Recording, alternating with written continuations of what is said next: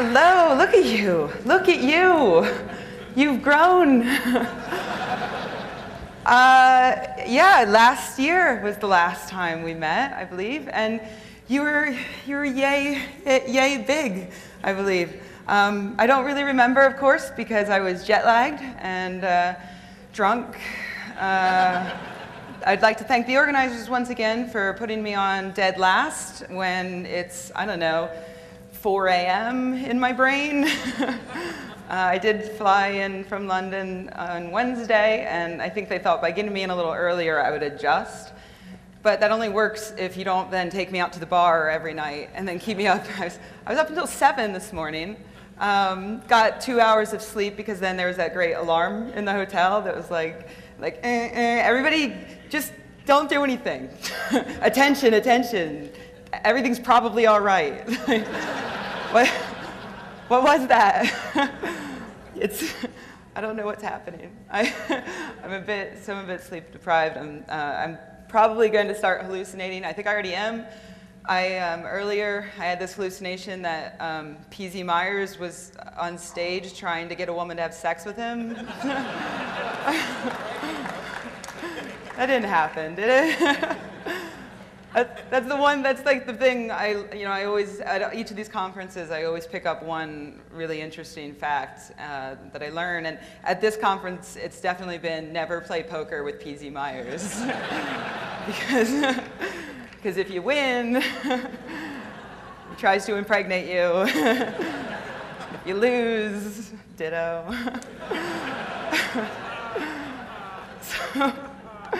So, oh, I'm sorry, PZ. Where are you? So yeah, I was trying to think of what I would talk about tonight. I've been touring around doing a talk called "Don't Be a Dick." I did it for the Copenhagen Atheist Conference back in April. The basic idea was I'm going to be at a conference with Randy and Richard Dawkins and P.Z. Myers, and what am I going to say about atheism that they don't say better? Like, hey, everybody, there's still no God. Okay, good night.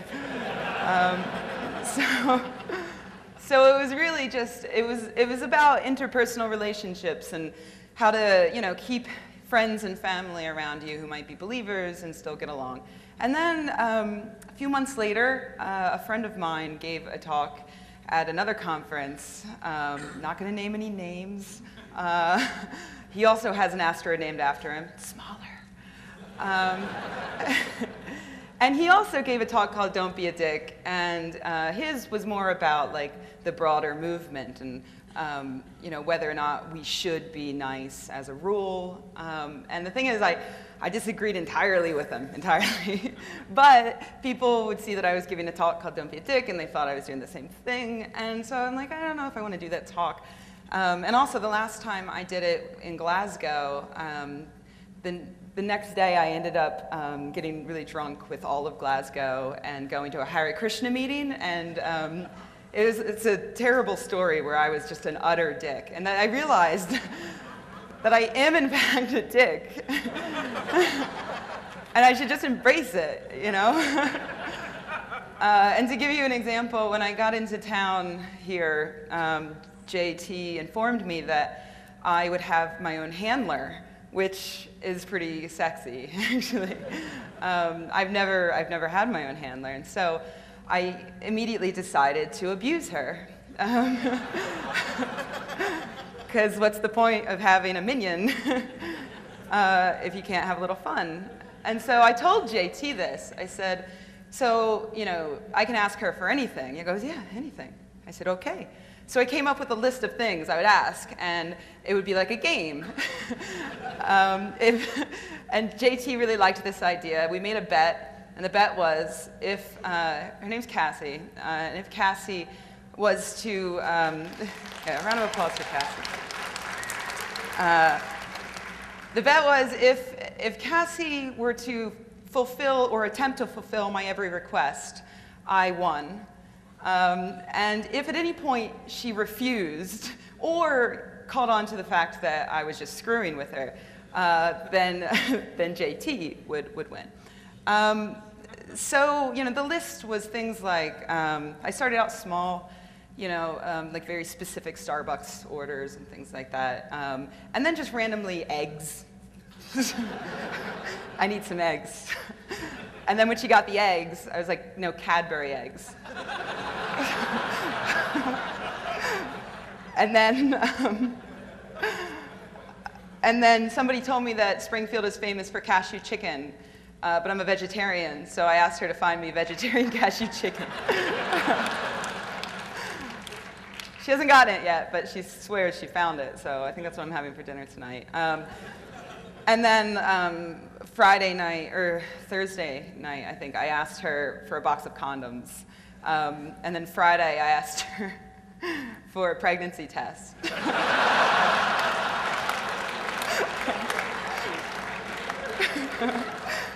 And then Saturday, I asked her for a list of pharmacies that would give me Plan B.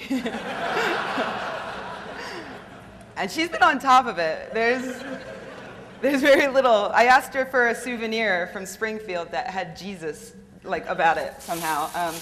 And she found me, I don't know if you're going to be able to see this, but it's amazing. And it had to be under $5. So she got this for $2, and it's got a verse from 2 Corinthians on it and a rainbow gun shooting bullets.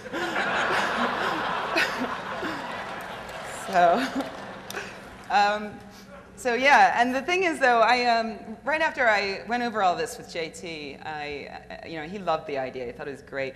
And I went back, I was talking to a friend of mine, and he said, yeah, that's really funny, so long as you don't actually do it.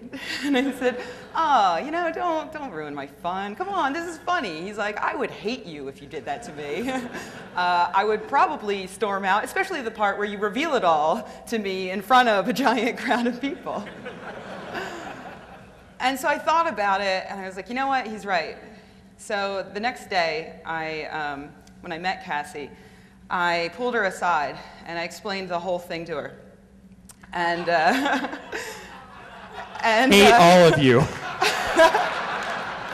She just texted JT to say she quits, and she hates him.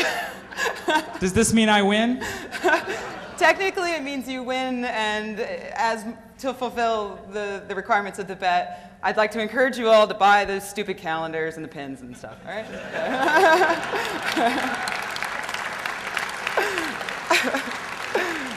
Cassie is a champ, though. She'd come up to me, she's like, I told him you asked for eggs.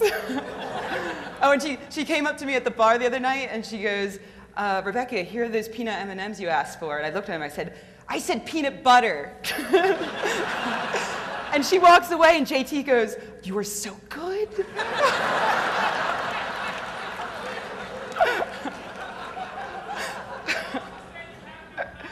Yeah, that's right. He did say I have no conscience. That's true. That's true. So anyway, Christmas. Where am I? What's happening? Is this the gun show? I wanted to talk about Christmas because it's November, it's that time of year, and I enjoy talking about Christmas. I've never done a talk about Christmas before. This is the very first time. And last year I did this, the feminism talk and went over really well, but this year you guys got a bunch of awesome feminists here, so I know how to do it. So, and those talks were amazing, so I'm just going to talk about Christmas. I want to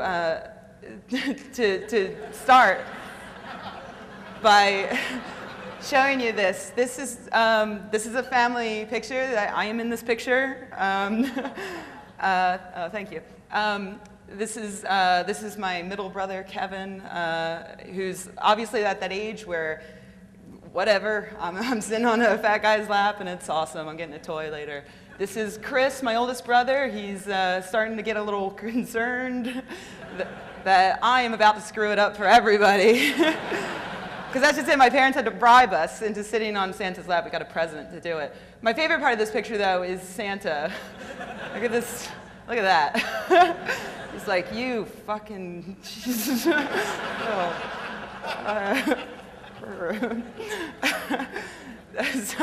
So every picture of the three of us from the time that I was maybe a little younger than this up to a few years older is just like this, me screaming my little head off. So I've been ruining Christmases for a long time. And I thought that I can finally put that practice to good use and tell you all how to ruin Christmas for pretty much everyone involved. This time of year, I get these, the most popular email I think I get is from people who have questions about Santa. So for the months of November and December, I get this email dozens and dozens of times. This is an actual one. My children believe in Santa, and at this point I'm happy to let them enjoy this fantasy, as I do think that some moral lessons of giving and appreciation can come out of it. But I began wondering what you all do about the Christmas conundrum. If you really are skeptics to the core, will you allow your children to believe? Do you actively participate in keeping the myth alive? So I wanted to use this one specifically as an example because he says something really interesting in that first sentence, this idea of Santa morality. So before I go any further, let's just address what Santa morality is. So if you're good, you get toys. If you're bad, I'm sorry, but you have to sit on this guy's lap to do it, this creepy pervert's lap. But if you don't get anything at all if you're bad or if you're poor.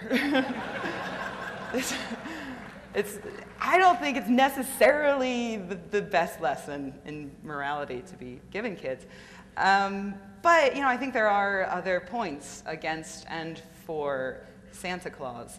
And there are a few prominent atheists out there who criticize Santa quite severely. One is Tom Flynn, who wrote a whole book on the subject, The Trouble with Christmas. There's one Tom Flynn fan. No, he's a good guy. He's a good writer. And he wrote this thing about hating on Santa.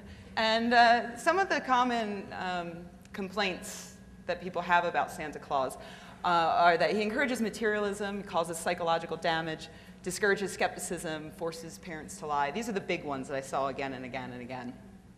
And so I thought I would address these a bit. Starting with the encourages materialism thing, I think is a pretty good point. I think it sort of does, I think it probably ruined me in that regard, because every Christmas I just demand just dozens and dozens of presents. Although it's weird because it doesn't have to be anything expensive, or I just like unwrapping tons. It makes me feel loved because now I have a big pile of presents. So I think that there is a bit of a point there. It does sort of encourage materialism. However, you can, if you're teaching your kids about Santa, you can subvert that a bit, and you can, just not give your kids so many presents, or you can teach them how, they can help Santa give toys to the poor and things like that. There are ways around that one. So let's skip to the next one, the idea that it causes psychological damage. I find it really interesting. I looked into the research, the actual science of Santa. I was looking for a picture of the most evil Santa I could find, and come on, of course, Futurama. So what is the science, as we know it, on Santa Claus? And there has been a bit of research, and what I found, 90% of all death row inmates in the US believed in Santa. Also, 100% of children in Santa studies died. Or will, eventually. Prove me wrong. The actual science on Santa is that Santa does not, in fact, screw you up. There have been a lot of surveys of kids who asking them how they feel about when they find. Are there any children in the audience? Probably should have asked it earlier. Huh? No, okay, good. Who cares? No conscience. So yeah, surveys of kids asking them, how they felt when they found out that the Santa thing was all a big, horrible lie. And it turns out the vast majority of them were pretty happy with it. They actually felt a sense of accomplishment for figuring it out. And they felt like it made them older, like they were an older kid now. They didn't need Santa anymore. So for the most part, from what we understand, is that it doesn't screw you up. And in fact, it can be helpful. There have been a lot of studies on the idea of how children fantasize and their imaginative play. And this is one of them, a doctor in a book called Imaginary Companions and the Children Who Create Them. She summarized a lot of the research on it. She found things like this, like preschoolers that had imaginary friends, they were just in general more likely to be creative, social, and empathetic. And this played out for imaginary friends, for belief in fairies and fantastical creatures like dragons and unicorns. And they found again and again that these children tended to be really well adjusted. So there's not necessarily any harm in letting kids enjoy a fantasy. I'll talk about one study really quickly because I like it, the Candy Witch. And this is a study done back in 2004 in which researchers introduced children to a myth that they made up. And in this case, it was the Candy Witch. And it was this Halloween time magical creature. And actually, I Googled to find like a photo to illustrate, and this is the first result. which personally, I feel that this is really inappropriate for therapists, psychologists to be using with children, but leaving that aside. So they made up this, I'll just leave it on this for a while. You're welcome. So what they did, they made up this creature. The Candy Witch is a witch who visits on Halloween and leaves a bunch of candy, under your pillow or something like that. And they taught this myth to children of many different age ranges. I think something like 4 years old to 8 or so. And the findings were really interesting. They actually split them up, and they had some of the kids, they just learned this tale. They were just told this tale of the Candy Witch. And some of them were told the tale, and then their parents put candy in their bedroom, in accordance to what the myth suggested. And so afterwards, they quizzed these kids on whether or not they believed in the Candy Witch. And what they found was, first of all, of course, the kids who actually saw candy in their room were more likely to believe in the Candy Witch. But also interesting is that they found that older kids were more likely to believe in the Candy Witch than younger kids. And the reason why that they've figured out from this study and also many other similar studies is that the older kids were using logic and evidence in order to figure out if it's true or not. So the older kids who actually got candy were much, much, much more likely to believe. The younger kids who got candy didn't really mean that much to them because they weren't really able to process it in terms of this is evidence for that. And if that evidence wasn't there, then that means that the Candy Witch is less likely to exist. They didn't figure that out. So they found the same thing with any sort of myth, including Santa. And so I was reading this and I was thinking, in terms of the Candy Witch, which would be more helpful? Let's say your kid was in this study and they ended up believing in the Candy Witch. Is it more helpful to tell the kids to ignore the evidence they've just seen and believe you, just take you at your word now? Or is it more helpful to continue to let them figure it out for themselves, to continue giving them more evidence until they figure out whether or not there actually is a Candy Witch? And I think it's the same with Santa. It is the same with Santa. Santa's exactly like the Candy Witch, only a lot less sexy. Santa, for children, is a rational belief. The presents show up. The cookies they left out are eaten. They sit on his lap. I saw him. And they have got strong anecdotal evidence. All of their peers also agree that Santa exists. Even if their parents don't believe in Santa, they've still got this huge peer group who do. So all they're doing is using logic and evidence to come to this decision that Santa exists.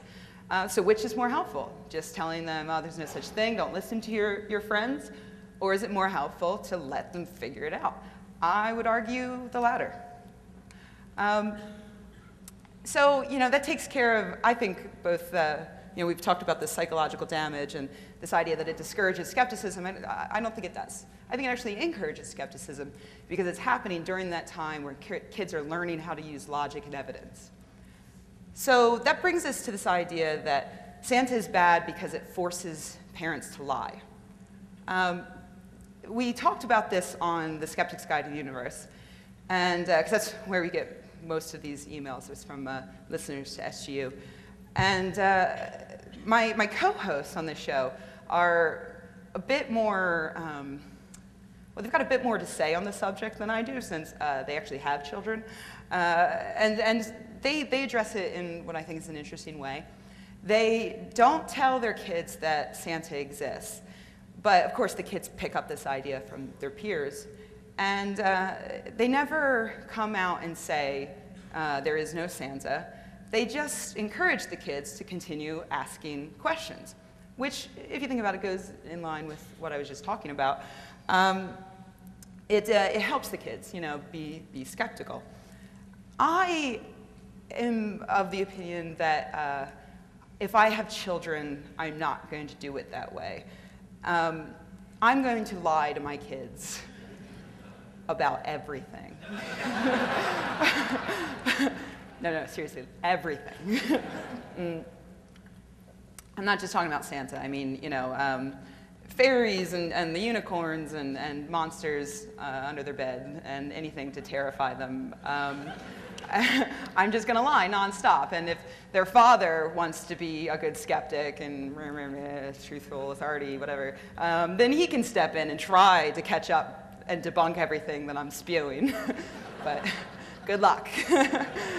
Because, Mark Twain, I think, said something about a lie can make it halfway around the world while the truth is still putting on its shoes. So yeah, I'm going to lie to them. And I think that lying is a good thing because lying teaches kids to be skeptical of authority.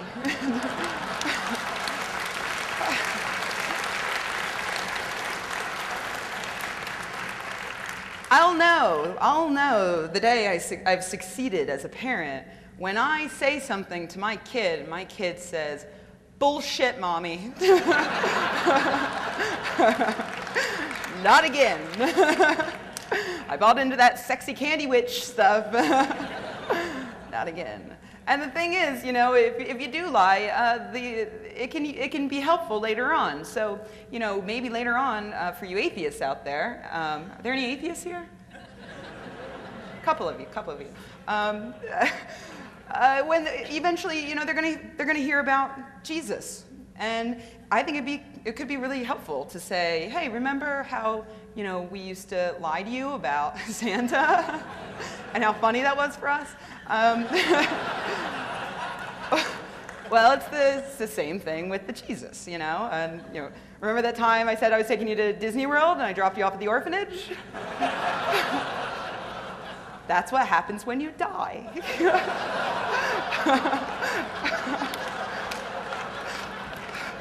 They're important life lessons. So yeah, I think the line is good because it teaches your kids to question you. And also, I think line is good because it's really funny. I don't know if you've ever lied to a kid, but it's the funniest thing ever. They will believe anything, at a certain age.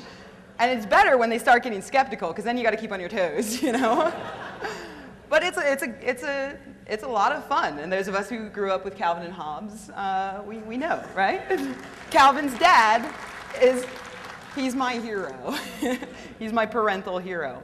So yeah, I'm gonna lie to my kids, but I'm not actually going to teach them about Santa, or at least not the American idea of Santa, because frankly, it's boring. Big fat jolly man delivers presents, whatever. Other cultures have more interesting myths around Christmas time. I'm particularly fond of this guy. If you ever wondered why the Germans are really fucked up, allow me to introduce you to Krampus. Krampus is, they have a Santa-type fellow who comes around and gives you presents. But Germany and also northern Italy, a couple of other countries, they have Krampus as Santa's like BFF. Santa rewards the good kids with the presents, but they don't do that coal stuff. Krampus is a demon with like a long tongue and chains and horns, and he pulls your hair, and he rides your rocking horse as you, for some reason, don't move. Get off! Get off the horse. He's right behind you. Here he is with it. I swear I'm not making this up. That is a child hanging from a pitchfork. It's terrifying. This is how you know I'm tired. I'm making myself laugh so much I'm crying. Oh, Krampus. Who will you kill next? I found this photo. So we have our kids sit on Santa's lap, and this is what they do to their children in Germany. That is an actual photograph of a baby sitting on a demon's lap, pulling his tongue. And just as comparison, this is what I would look like.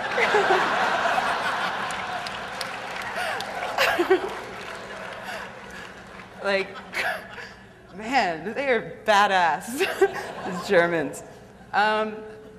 I'm not going to teach my kids about Krampus either, though, because Krampus is all right, but I found something scarier. And that's the Icelandic Yule Lads. And the Yule Lads are very interesting in that there's, instead of one Santa, there are usually 12 or 13 Yule Lads. And, well, let me just, this is directly from Wikipedia. Early on, their number and depictions varied greatly depending on location, with each individual lad ranging from mere pranksters to homicidal monsters who eat children. Eat children. And I know what you're thinking. You're thinking, well, but Krampus probably gnawed on a few babies in his time. Surely they can't be more frightening than Krampus. You're wrong. And I'm just going to show you a few. And I've ordered them in what I feel goes from, less terrifying to more terrifying. So first up, we have pot liquor. See, the thing is, each one, its name, it pretty much does what it says on the tin. Pot liquor, and each one comes on a different night leading up to Christmas. So pot liquor, on his night, he sneaks in to your kitchen, he takes out a pot, he licks it, puts it back. How fucked up is that?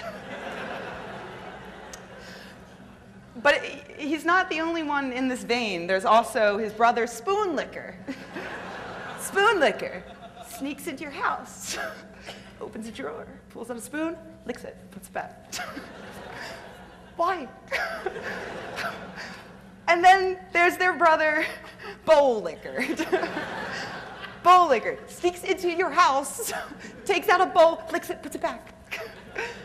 Wash your dishes. Every morning, just to be safe.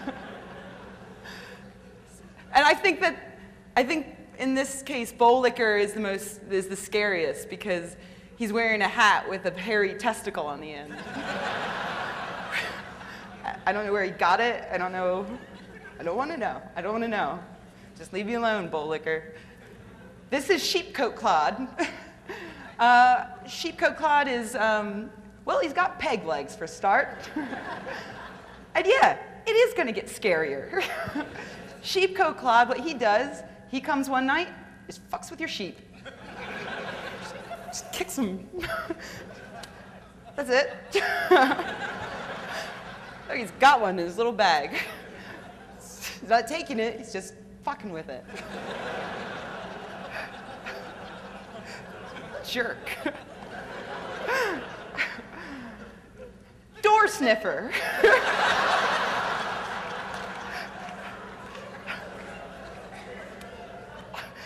Just pokes his head in, has a sniff, leaves. That's it. Pervert. It gets worse. I would like to introduce you to Window Peeper.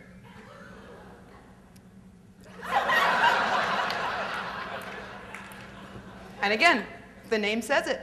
Window Peeper comes one night, looks in your window. Close the curtains. Close the curtains, lock up your sheep, wash the dishes. All right? God damn it, Iceland. This is why Bjork happened.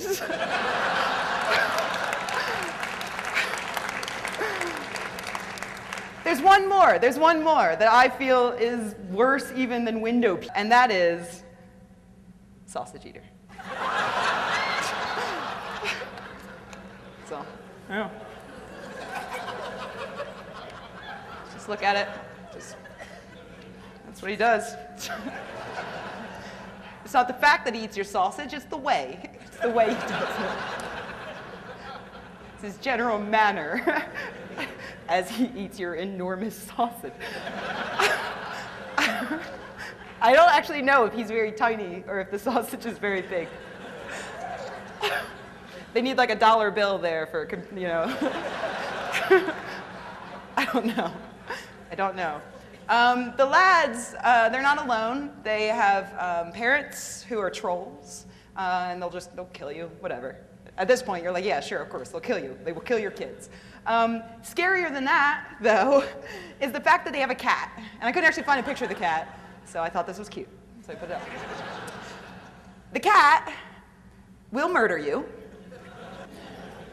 but he will only murder you if you don't buy a new piece of clothing by Christmas. Why? Why, Iceland? Why? He's just some sort of murderous feline fashion police.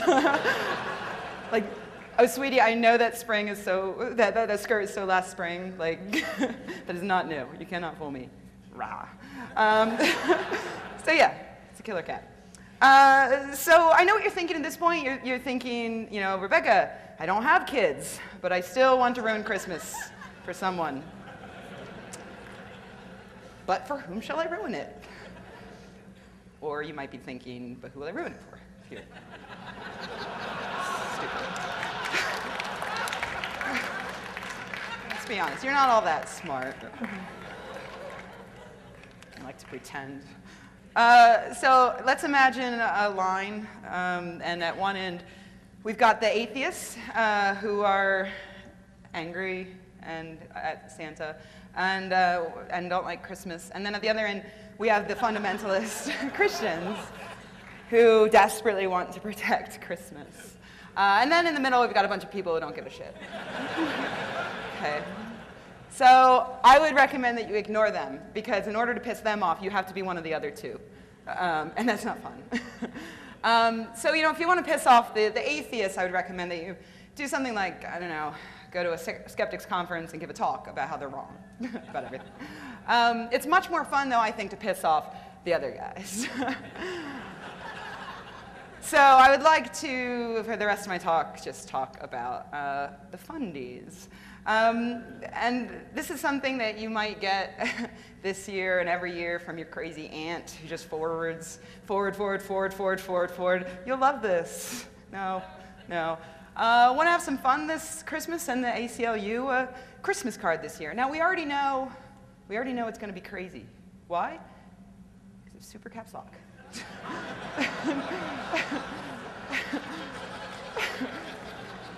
It's just, you know, normal, sane people who are just like, hey, Merry Christmas. No, they don't use all caps. But these guys do. And then what this email says is that the ACLU is suing the government to take away Christmas. Take it away from everyone. No one gets Christmas. And we're going to stop them by sending them Christmas cards by the millions. Because, as the email goes, they will have to open them all, because one of them might be a donation. So and it's going to be, there's so much mail, it's just going to clog their operations, and they're done. We're going to bring down the ACLU with Christmas cards. So I wanted to briefly mention this, just in case you do get this, so you can respond. Forward. You know, no, I don't like this. The ACLU is not suing anybody to take away Christmas. They do occasionally have lawsuits to protect the separation of church and state. However, Christians are more than welcome to celebrate Christmas in their own homes. The ACLU does not care. That's number one. Number two is that most of the ACLU's money doesn't come from random cards they get in the mail. Oh, nothing this week. No, they have big donors. That's where they get all their money. So, you know, and the other thing is that they're a rather large organization. So, yeah, they can probably hire an intern for a few weeks opening up your stupid Christmas cards. So, good job, way to spend that money uselessly. But it's not just anonymous family members and whatnot who are crazy about this. There are actual organizations out there who really, really love Christmas to the point where they get angry if you don't recognize Christmas, and if you don't recognize that they like Christmas, and constantly reassure them that Christmas exists and is okay. One of those organizations is the Liberty Counsel, and every year they put out a list, two lists actually, a naughty list and a nice list. What they do is they go to companies, they go to websites and things like that, and they figure out how many times the word Christmas is mentioned, things like that. And if a company doesn't mention Christmas, then it's on the naughty list. And if they do, and they're all about the Christmas thing, they go on the nice list. And they send out this list to, you know, whatever, millions of crazy people. And that's how they decide where to do their Christmas shopping this year. So on the naughty list, we've got Disney. They hate Disney. You know, that goddamn mouse hates Christmas. And their problem was that the only Christmas things on the website were vintage Mickey. I guess that's not good enough for them. Garmin, the people who make the sat-nav stuff, no Christmas. Anything from the Gap. They really hate the Gap. The Gap, Old Navy, Banana Republic, the whole thing. So there would be no purchasing anything from those companies for the fundies. Also on the naughty list was Best Buy. And I liked the description they included with this one, why Best Buy ended up on the naughty list. In the store, happy holiday sign and decorated tree, Kahir mumbled "you too" response when consumer wished him have a Merry Christmas. Seriously? Yes. Yes, seriously. He just wasn't Christmassy enough, and therefore no Best Buy. On the nice list, we've got Dollar General. I assume that that's one of those places where everything's $1, you know, or military supply, I don't know. Honey baked ham. Honey baked ham is perfect. It's all right to do your Christmas shopping there this year. Chick-fil-A. These companies have done a good job of mentioning Christmas, and therefore this year that's what you're getting. But fear not if you can't find an appropriate gift from one of these guys, because Liberty Counsel itself has a shop that they recommend you go to. And here are some of the things in their shop. We've got the 10 Commandments bracelet. We've got your children's patriotic song CD and book. And my personal favorite, the New England Primer. And this is a textbook. It's a great Christmas gift for your children or grandchildren.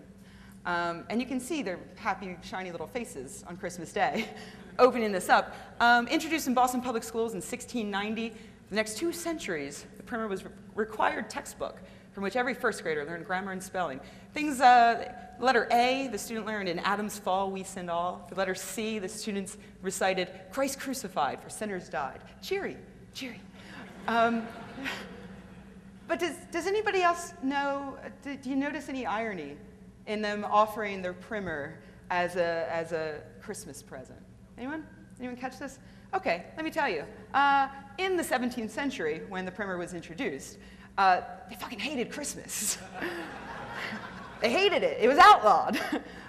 They considered things like exchanging gifts and greetings, dressing in fine clothing, feasting, and similar satanic practices.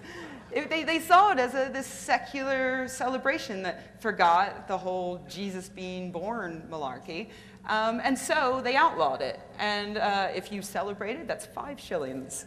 So yeah, I enjoy the fact that they're offering this Puritan book as their Christmas presents, because it shows that they are completely and entirely ignorant of even their own religion.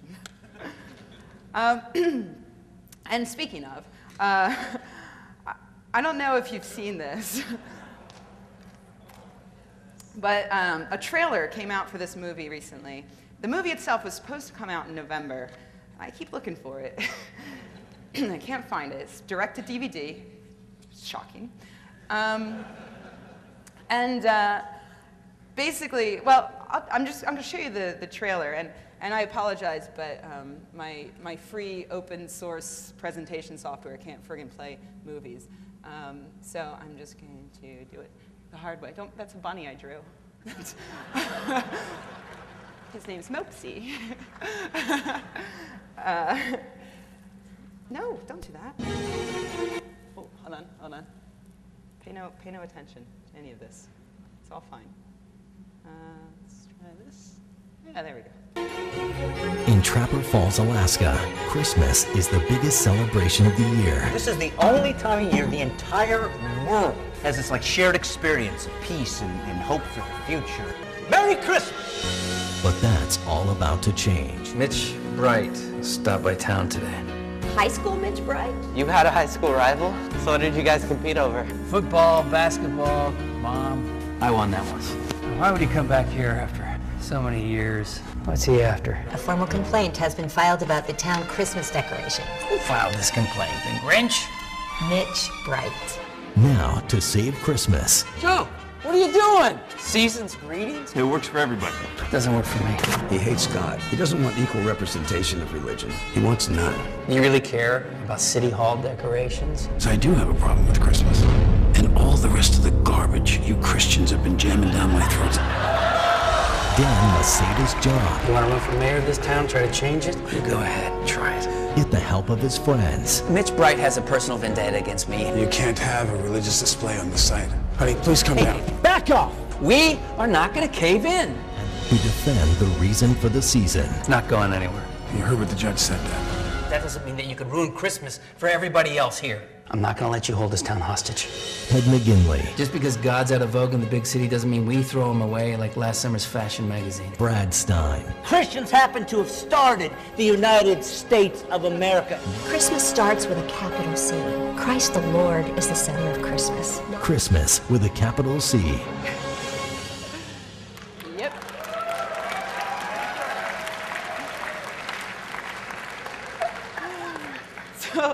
So I really enjoyed this trailer. I really cannot wait. I cannot wait to watch the movie. And this guy is my favorite because I hope this holds true for the entire movie, but in the trailer, everything this guy said was wrong. This guy did not say a single right thing in that whole trailer. For instance, this is the only time of year the entire world has the shared experience of peace and hope for the future. Merry Christmas. The entire world. The entire world. Most of the world. The entire world. This part of the world. Just bought some beachfront property in Russia. It's gonna be awesome. Or Christians happen to have started the United States of America. I particularly like this screenshot.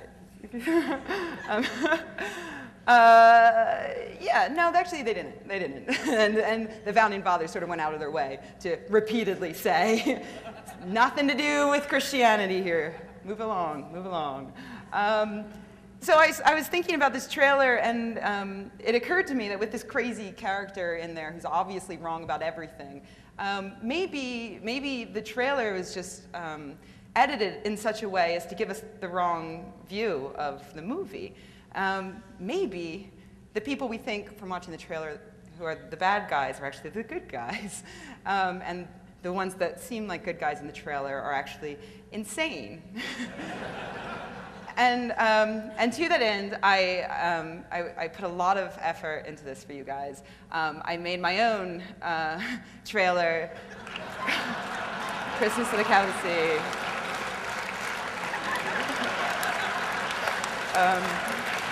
So I'm gonna show you. Hey Mopsy. I'm just gonna show you. And I don't know if can we brighten it at all? Like, no, we're not. Why did I? Can you guys see it okay? Oh, okay, all right. It's fine. Because, I mean, it's really important to me that oh, wow.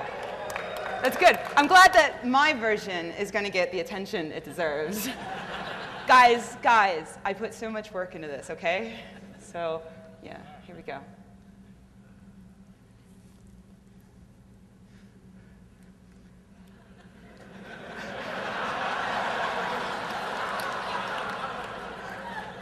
You want to run for mayor of this town, try to change it? You go ahead, try it. Why would he come back here after so many years? Mitch Bright has a personal vendetta against me. Please come down. Back up! Not going anywhere. You heard what the judge said. I'm going to hold this town hostage. Joe, what are you doing? Season's greetings? It works for everybody. Doesn't work for me.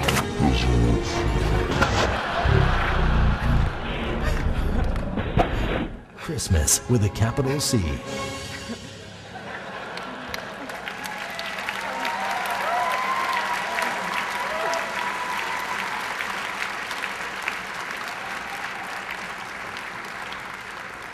So much work, you guys.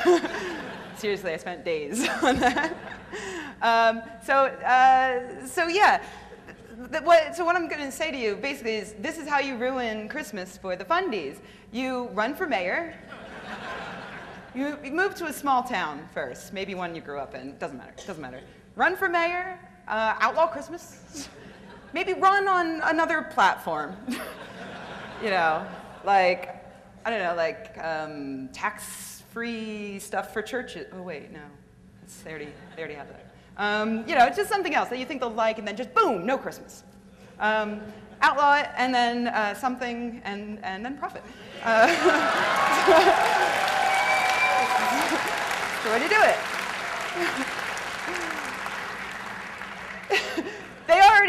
They already ruined it themselves, let's be honest. They have made themselves into the laughingstock of the internet. And they're really stressing themselves out over this whole Christmas thing. And so the best way, I think, that you can ruin Christmas for the fundies is to simply enjoy it more than they obviously do.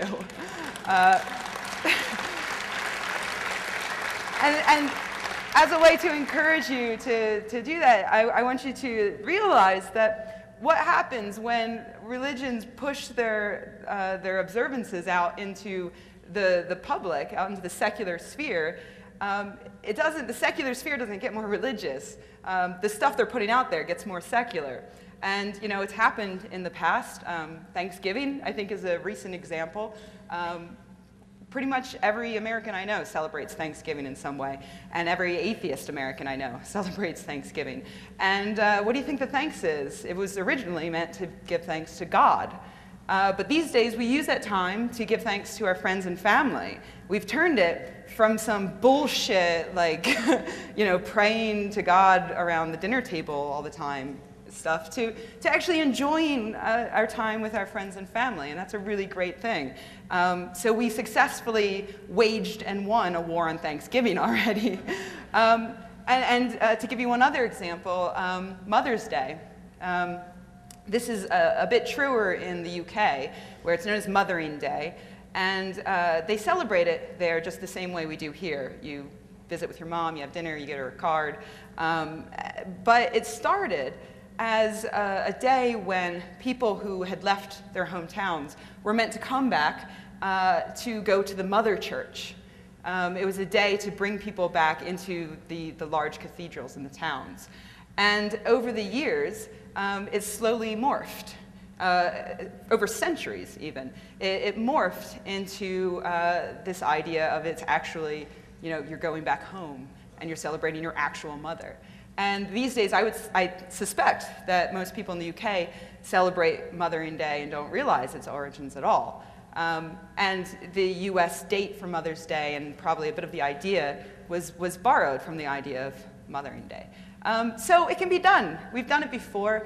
But the way to do it, of course, isn't outlawing Christmas.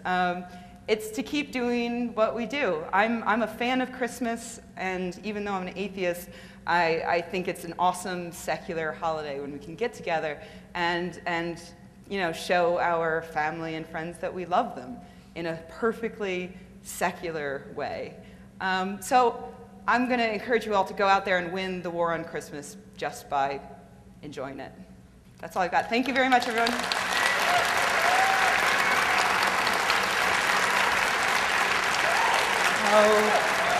Oh, you guys.